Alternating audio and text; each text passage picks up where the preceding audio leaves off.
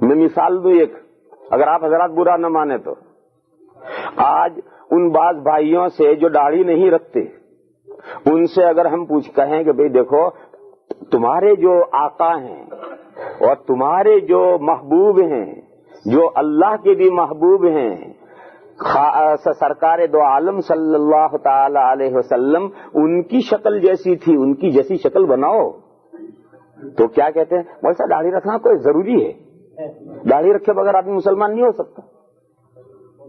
آج یہ کھٹ سے لوگ یہ پوچھتے ہیں کہ کیا داڑھی رکھنا مولوی صاحب ضروری ہے، داڑھی رکھے بغیر مسلمان نہیں ہو سکتا۔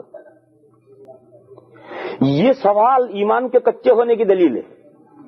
میں ایک پکے ایمان والے کی دلیل پیش کروں، یہ آپ کے پاس یو ایس رہا امریکہ، وہاں کے ایک طالب علم کا قصہ ہے، اور مولانا مودودی نے اپنی کتاب رسائل و مسائل میں لکھا ہے وہ قصہ کہ امریکہ میں ایک یونیورسٹی میں ایک گورا مسلمان ہو گیا، اسے اللہ نے توفیق عطا فرمائی اور اس نے اسلام قبول کر لیا۔ کیوں؟ اس کی جو کمپنی تھی وہ مسلمان لڑکوں کی تھی، اور مسلمان لڑکوں کے ساتھ کمپنی کی وجہ سے اس پر اسلام کی تعلیمات روشن ہوئی، اور اسلام کی تعلیمات کو سے اس نے تعارف ہوا اور اس کی سمجھ میں آئی، اور اس نے اسلام قبول کر لیا۔ اسلام قبول کرتے ہی اس نے داڑھی اپنی چھوڑ دی، داڑھی کو ہاتھ نہیں لگایا اس نے، داڑھی چھوڑ دی، اس نے داڑھی بڑھنے لگی اس کی۔ تو اس کے ان دوستوں نے، جن دوستوں نے اسے مسلمان کیا تھا، جن دوستوں نے اس پر محنتیں کر کے اسے اسلام میں داخل کیا تھا، ان دوستوں نے اس سے یہ کہا کہ بھئی یہ تم نے داڑھی کیوں بڑھا لی؟ اسلام میں داڑھی کوئی ضروری نہیں ہے، داڑھی کے بغیر بھی مسلمان ہوتا ہے۔ کیوں؟ ان دوستوں کی داڑھی نہیں تھی، وہ جو مسلمان دوست تھے ان کی داڑھی نہیں تھی۔ تو انہوں نے اس نو مسلم کو سمجھایا کہ بھئی یہ داڑھی بڑھانے کی کیا ضرورت ہے، اسلام میں داڑھی کوئی ضروری نہیں ہے، بغیر داڑھی کے بھی مسلمان ہوتا ہے۔ دیکھو یہ سب بیٹھے ہو اللہ کے فضل سے مسلمان ہیں، کوئی میں سے غیر مسلم نہیں ہے، تو کوئی داڑھی سے مسلمان کوئی ضروری نہیں کہ داڑھی ہو جب بھی مسلمان ہو، بغیر داڑھی کے بھی مسلمان ہوتا ہے۔ اور یہ امریکہ ہے، یہاں ہر آدمی داڑھی کا مذاق اڑائے گا، تم نے یہ کیا حماقت کر لی کہ داڑھی چھوڑ دی؟ یہ قصہ یو ایس کا ہے، ایک یونیورسٹی کا ہے، اور یہ قصہ مودودی صاحب نے ان کی ایک کتاب ہے رسائل و مسائل، اس میں یہ قصہ لکھا ہے، اور اس میں سے یہ قصہ میری ایک کتاب ہے داڑھی اور انبیاء کی سنتیں، وہ قصہ میں نے وہاں نقل کیا ہے۔ تو اس نو مسلم نے کیا جواب دیا وہ مجھے سنانا ہے۔ اس نو مسلم، اچھا انہوں نے یہ کہا کہ داڑھی کوئی ضروری نہیں، داڑھی صرف سنت ہے۔ یہ ایک عام غلط خیال چلا ہوا ہے کہ داڑھی رکھنا سنت ہے، تو وہ غلط خیال ان بیچارے بچوں کے اندر بھی تھا۔ انہوں نے اس نو مسلم کو کہا کہ داڑھی تو سنت ہے، ضروری نہیں ہے اسلام میں۔ تو اس نو مسلم نے کیا جواب دیا؟ نو مسلم نے جواب دیا کہ دیکھو بھائی، اسلام میں داڑھی فرض ہے، واجب ہے، سنت ہے، مستحب ہے، میں نہیں جانتا۔ یہ بتاؤ اسلام میں داڑھی ہے یا نہیں؟ انہوں نے کہا ہے۔ یہ انہوں نے مانا کہ اسلام میں داڑھی ہے، ان کا ہے نا، کہاں ہے؟ بس اس نے کہا پھر آگے میں نہیں جاننا چاہتا کہ فرض ہے یا واجب ہے یا سنت ہے یا مستحب ہے، یہ نہیں جاننا چاہتا یہ۔ اور کہا سنو، فوج کی ایک پلٹن ہوتی ہے، اس فوج کا کمانڈر ہوتا ہے، کمانڈر ایک حکم دے کہ یہ کام کرو، تو فوجی کو یہ حق نہیں پہنچتا کہ وہ اپنے کمانڈر سے پوچھے کہ جناب عالی آپ کا یہ حکم فرض کے درجے میں ہے یا واجب کے درجے میں ہے یا مستحب کے درجے میں ہے یا مباح کے درجے میں ہے۔ یہ فوجی کو یہ پوچھنے کا حق ہی نہیں پہنچتا اپنے کمانڈر سے۔ جب اس کے کمانڈر نے کہا کہ یہ کام کرو تو ہر فوجی کا یہ حکم ہے کہ اسے پورا کرے۔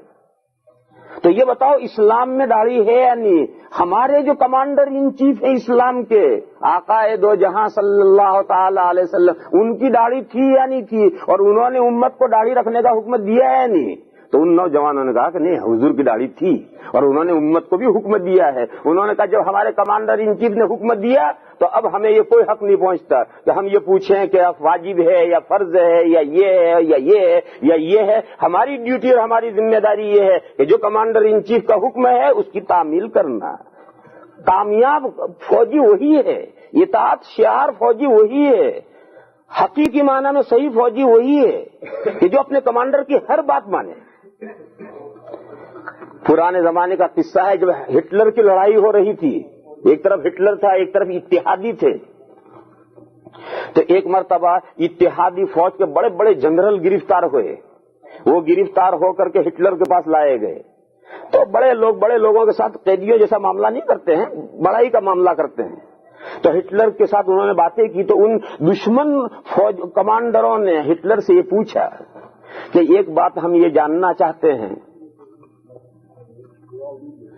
کہ ہماری فوج اتنی ہے اور پسپا ہوتی جا رہی ہے، تیرے پاس تو تھوڑی سی فوج ہے اور تو ہی کامیاب ہوتا جا رہا ہے، کیا بات ہے؟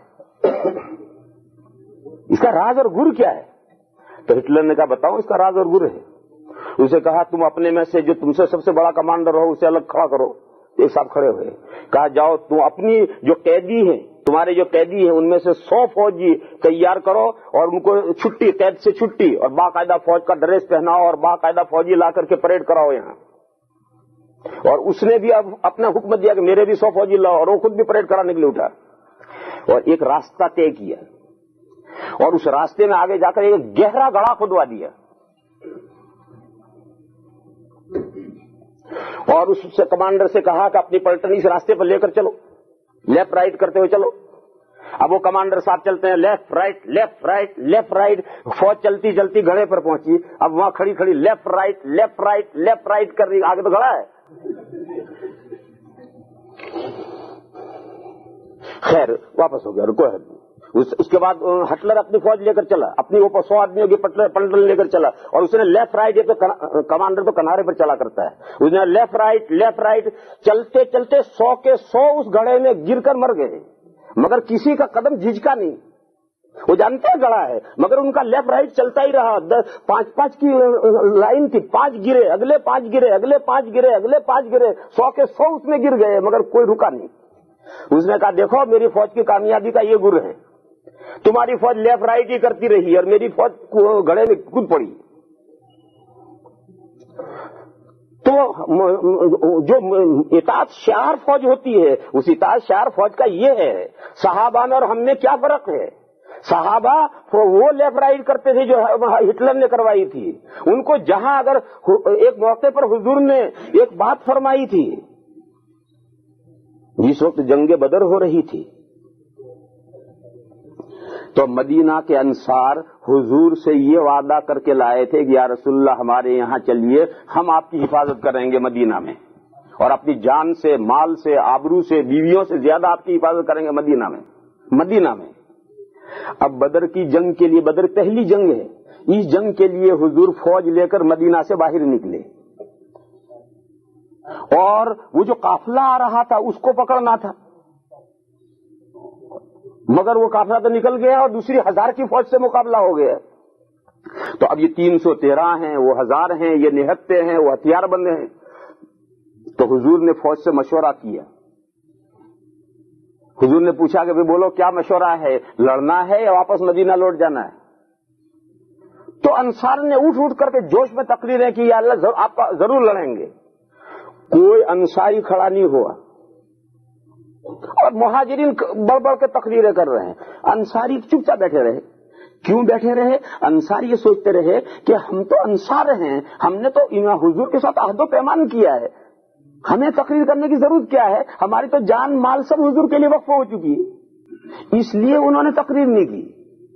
مگر حضور انہی کی تقریر چاہتے تھے، کیونکہ ان کے ساتھ جو عہد و پیمان تھا یہ کہ مدینہ پر اگر کوئی حملہ کرے گا تو انصار مقابلہ کریں گے ان کا، اور یہ تو لڑائی مدینہ سے باہر ہو رہی ہے اور مدینہ سے باہر انصار نے کوئی عہد و پیمان نہیں کیا تھا، تو اس لیے حضور ان کی تقریر چاہتے تھے، مگر ان میں سے تو کوئی کھڑا نہیں ہو رہا اور انصار تقریریں کر رہے اور خوب تقریریں ہو رہی مگر حضور کوئی فیصلہ نہیں کر رہے۔ کافی دیر ہوئی اور حضور کوئی فیصلہ نہیں کر رہے تو انصار کی سمجھ میں آیا کہ شاید حضور جو فیصلہ نہیں فرما رہے تو حضور ہمارا ریسپانس جاننا چاہتے ہیں۔